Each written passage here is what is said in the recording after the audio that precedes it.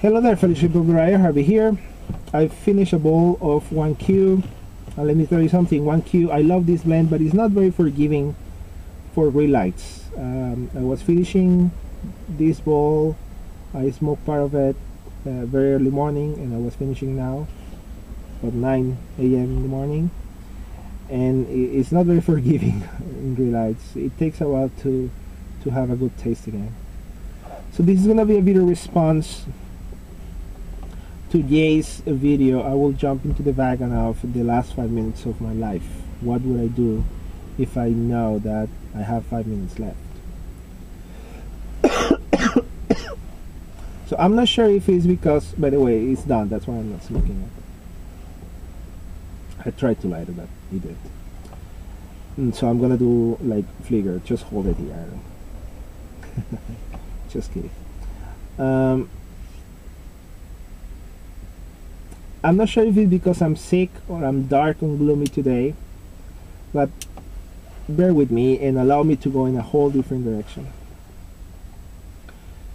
If I had those 5 minutes and I put myself in that position, I don't think I will try to contact my beloved ones. Not because I wouldn't want to be with them. Of course I would. I would like to hug them and be with them and hold their hands. And of course I would, if I had the choice. But thinking about them, I don't think it would be fair.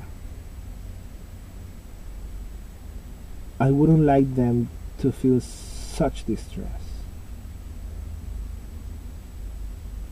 Think about them. I mean, that will be a very stressful and emotional and an awful moment. And when they get the news that I died, of course it's devastating. Well, if they love me.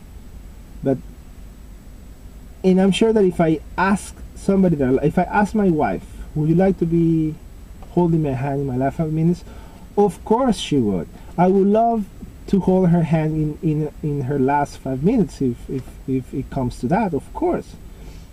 And I wouldn't care about the pain. But I would care about her pain if I'm in those last 5 minutes. I wouldn't. Would I call my father? I would love to talk with my father, but would I like him to experience such distress of, you know, that I'm going? I think it would be terrible. I think nobody's judged by the last 5 minutes of his or her life, unless, of course, it's an exceptionally heroic action that you're taking. But apart from that exceptional, apart from those exceptional cases, if I'm in those last 5 minutes, I will try to take it at ease and let it come. Confident that the people that I love, they know I love them, and I said enough. I would actually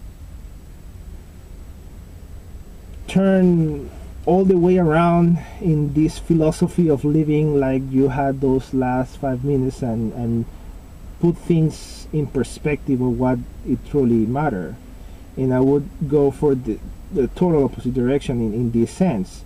We shouldn't live like we only have 5 minutes left. We should live like we are accountable not only for the rest of our lives, but the rest of the lives of people that we know, and our children, our friends, or people that we had some kind of impact in their lives.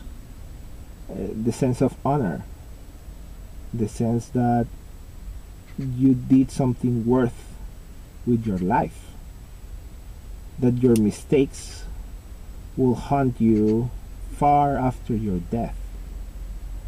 I think that's the proper way of living. Now I understand that the aim of living those 5 last minutes, not with the intensity, not being reckless. I understand that, of taking things into, giving the importance that they deserve. I understand that. But I think the way that we should live our lives, it's totally different. We should aim to that, to the eternal consequences of our actions, if such thing exists. And I'm not talking about religion. No, I'm talking about the impact on your way of living. I think that should be the way to go. Think beyond your death. Think about in a really big, huge picture. Maybe I'm being too gloomy today. I'm not sure. As always, my friends, puff away.